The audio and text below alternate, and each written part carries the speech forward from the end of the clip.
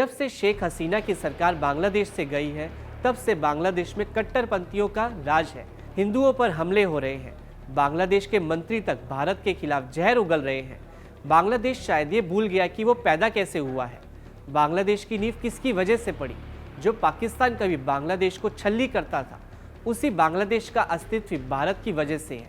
वो बांग्लादेश अब भारत को आंखें दिखा रहा है, भारत का एहसान भूल चुका है। नक्शे में स्थापित करने वाला भारत बांग्लादेश को नक्शे से गायब भी करवा सकता है। मोहम्मद यूनिस की अंतरिम सरकार बांग्लादेश में भारत विरोधियों को लगातार बढ़ावा दे रही है।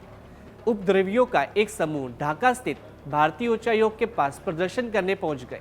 इन उपद्रवियों का कहना है कि ढाका से भारत के उच्चायोग को हटाया जाए, क्योंकि भारत शेख हसीना और अवामी लीग के 30,000 लोगों को पनाह दे रहा है। भारत विरोधी साजिशों के पीछे कौन? तो पाकिस्तान और चीन लंबे समय से बांग्लादेश में अपनी पकड़ मजबूत करने की कोशिश करते रहे हैं, लेकिन शेख हसीना सरकार और भारत के साथ मजबूत संबंधों के चलते उनके प्रयास सीमित रहे। स्थिति तब बदली जब बांग्लादेश में अमेरिकी दिलचस्पी खुलकर सामने आई। अगस्त 2024 में छात्र आंदोलन के नाम पर जो घटनाक्रम शुरू हुआ, उसने सत्ता परिवर्तन का रास्ता खोल दिया। इस पूरे घटनाक्रम में अमेरिकी डीप स्टेट की भूमिका को नजरअंदाज नहीं किया जा सकता। अमेरिकी विदेश नीति तंत्र से जुड़े तत्वों ने शेख हसीना सरकार पर दबाव बनाया और सत्ता परिवर्तन की परिस्थितियों को तैयारी की। शेख हसीना को हटाने के बाद अमेरिकी हितों के अनुरूप एक स्वीकार्य चेहरा सामने लाने के लिए मोहम्मद यूनुस को सत्ता के केंद्र में स्थापित किया गया। यूनुस की निकटता क्लिंटन फाउंडेशन और जॉर्ज सोरोस जैसे वैश्विक प्रभावशाली नेटवर्क से रही है।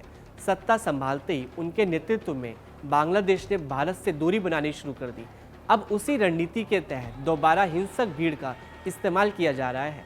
भारत के लिए महज पड़ोसी देश का आंतरिक मामला नहीं है, बल्कि राष्ट्रीय सुरक्षा से जुड़ा गंभीर मुद्दा है। भारत और बांग्लादेश के बीच 4,996 किलोमीटर लंबी खुली सीमा है। बांग्लादेश पूर्वोत्तर भारत की जीवन रेखा है और अतीत में ये इलाका आईएसआई और कट्टरपंथी नेटवर्क का पारंपरिक रूट रहा है।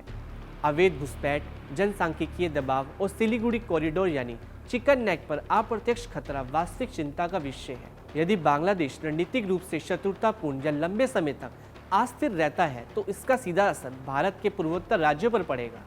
भारत को क्या करना चाहिए? तो सवाल यही है कि भारत को सबसे पहले कूटनीतिक स्तर पर सख्ती दिखानी होगी और स्पष्ट संदेश देना होगा कि वह बांग्लादेश की आंतरिक अराजकता की कीमत नहीं चुकाएगा। हिंसा, अल्पसंख्यकों पर हमले, भारत विरोधी गतिविधियों पर खुलकर आपत्ति दर्ज करानी होगी। कूटनीति केवल यूनुस प्रशासन तक सीमित न रहे। बांग्लादेशी सेना, प्रशासन, सामाजिक नेतृत्व और विपक्ष सभी से समानांतर संवाद कायम किया जाए। अंतर्राष्ट्रीय मंचों पर भारत को स्पष्ट नैरेटिव रखना होगा। अमेरिका और पश्चिमी देशों से ये सवाल पूछा जाना चाहिए कि क्या दक्षिण एशिया में अस्थिरता उनके हित में है। बिम्स्टेक, आसियान, क्वाड जैसे मंचों पर इस मुद्दे का मजबूती से उठाया जाए। भारत को ना भावुक होना है, ना ही तत्कालिक प्रतिक्रिया देनी है, बल्कि ठंडे दिमाग से निर्णायक कदम उठाने हैं। वेट एंड वॉच नीति ने अफगानिस्तान, श्रीलंका और यूक्रेन में हालात बिगाड़े हैं। बांग्लादेश में जो हो रहा है वह भारत के भू राजनीतिक स्पेस को कमजोर करने की कोशिश है और इसे गंभीरता से लेने की जरूरत है।